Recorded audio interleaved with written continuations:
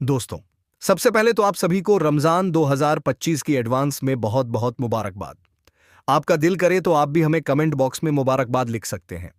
आज हम आपको औरतों के 3 ऐसे काम बताने वाले हैं जिनके बारे में अल्लाह के प्यारे नबी हज़रत मोहम्मद सल्लल्लाहु अलैहि वसल्लम ने फरमाया है कि रमज़ान से पहले पहले औरतें इन 3 काम को करना बंद कर दें, वरना रमज़ान के मुबारक महीने में उनका कोई भी रोज़ा, उनकी कोई भी इबादत अल्लाह की बारगाह में कबूल नहीं होगी। ऐसी औरतें रमज़ान में रोज़ा रखकर भी तबाह और बर्बाद हो जाएंगी। इसलिए आज का यह वीडियो आप सभी के लिए बहुत ख़ास है। आप इसको आखिर तक ज़रूर देखें और आप सबसे ये गुजारिश है कि आप इस वीडियो को लाइक करें या ना करें, मगर मेहरबानी करके इसे शेयर ज़रूर कर दें ताकि रमज़ान से पहले पहले यह वीडियो ज़्यादा से ज़्यादा इस्लामिक माँ बहनों के पास में पहुंच जाए। तो चलिए दोस्तों, शुरू करते हैं। दोस्तों, रमज़ान के महीने का हर मुसलमान बड़ी बेसब्री से इंतज़ार करता है, क्योंकि इस महीने में नेकियों का भाव बढ़ जाता है। एक नेकी के बदले में 70 नेकियां मिलती हैं। यही वजह है कि रमज़ान के मुबारक महीने में हर मुसलमान बुराइयों से दूर हो जाता है और अल्लाह पाक की इबादत में लग जाता है। मगर क्या आप जानते हो कि इस दुनिया में 3 बदनसीब औरतें ऐसी भी हैं जिनके बारे में अल्लाह के प्यारे नबी ने फरमाया है कि अगर औरतें रमज़ान से पहले पहले इन 3 काम को करना बंद नहीं किया तो ऐसी औरतों की कोई भी इबादत, कोई भी रोज़ा अल्लाह की बारगाह में कबूल नहीं होगा, बल्कि ऐसी औरतें रमज़ान में रोज़ा रखकर भी तबाह और बर्बाद हो जाएंगी। नंबर 1, हया और पाकीज़ा। दोस्तों, प्यारे नबी ने फरमाया है कि रमज़ान के आने से पहले पहले हर औरत पर यह लाजिम है कि वह बेहया को छोड़ दे और अपने किरदार के अंदर हया और पाकीज़ा को शामिल कर ले।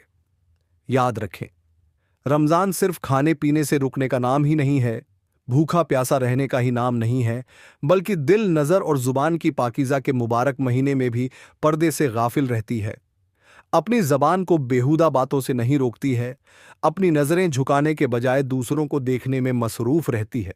तो समझ लो कि शैतान ने ऐसी औरत के दिल में वसवसे डाल दिया है।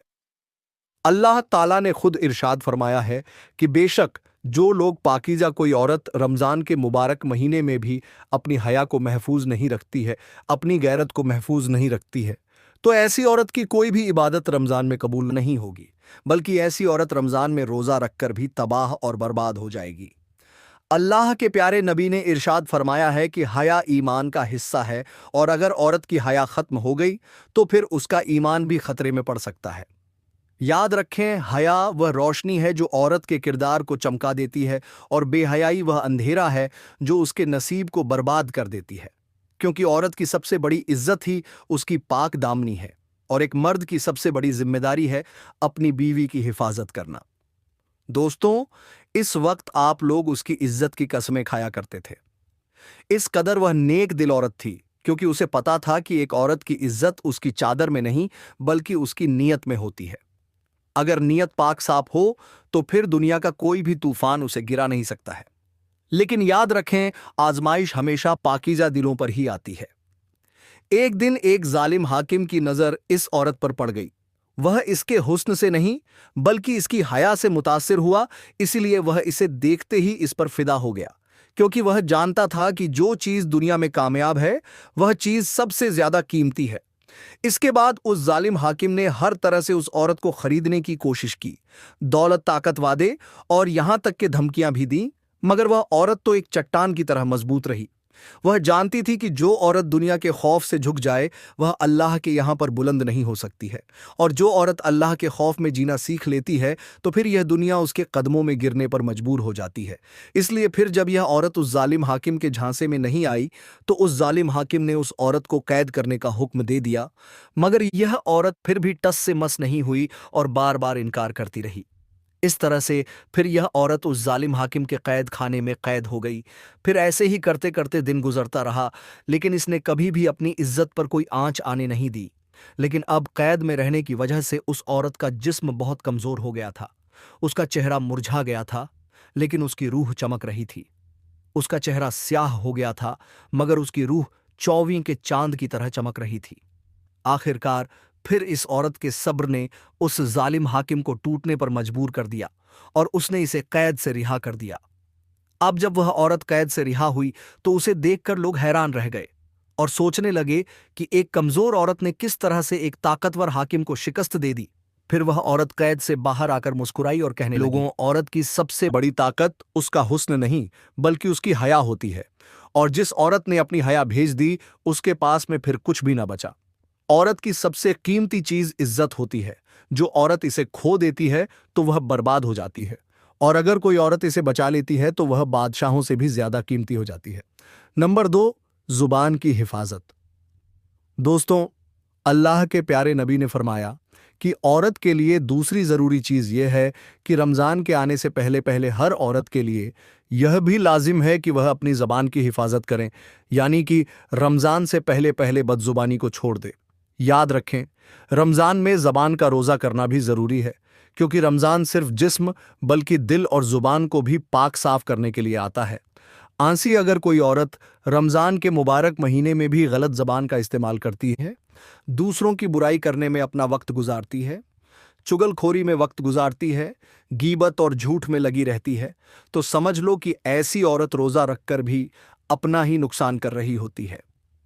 अब ज़रा आप सोचिए कि अगर कोई औरत अपने रोज़े के दौरान अपनी ज़ुबान की हिफाजत ना कर सकी, तो क्या ऐसी औरत अल्लाह की रहमत के महरूम होगी?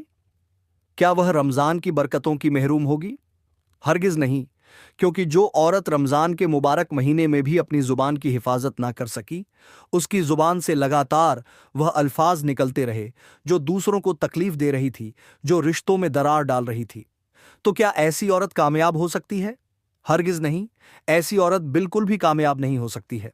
अल्लाह के प्यारे नबी ने इरशाद फरमाया है कि जिसने रमज़ान के महीने में झूठ और गलत काम करना ना छोड़े तो उसको भूखा प्यासा रहने की कोई ज़रूरत नहीं है।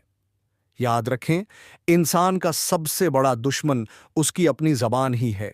जो कोई अपनी ज़बान को काबू में नहीं रख सकती है, वह अपनी इज्जत और नेकी को बर्बाद कर देती है, और जो औरत अपनी ज़ुबान के वार से दूसरों के दिल को ज़ख्मी करती है, तो ऐसी औरत खुद भी कभी खुश नहीं रह सकती है।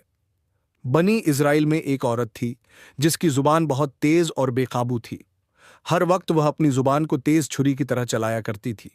वह अपनी बातों में दूसरों की इज्जत का ख्याल नहीं रखती थी। हर बात पर वह तंज करती थी। वह अपनी ज़बान से ज़ख्म देने को अपनी इज्जत समझती थी। वहीं पर दूसरी ओर उसका शौहर एक नेक दिल इंसान था। वह हमेशा सब्र से उसकी सख्त बातों को भी बर्दाश्त कर रहा था। हालांकि उसने कई बार अपनी इस बीवी को समझाया भी, जुबान का जख्म तलवार के जख्म से भी ज्यादा गहरा होता है, क्योंकि तलवार का जख्म तो भर जाता है लेकिन जुबान की दिए हुए जख्म कभी नहीं भरती है। मगर इसकी बीवी को कभी भी अपनी गलती का एहसास नहीं होता था। वह तो समझती थी कि अल्फाज बस जुबान में उठ जाती है, इनका कोई हिसाब नहीं होता है। अल्लाह हमें इन बातों पर अमल करने की तौफीक दे। अमीन सुम्मा अमीन।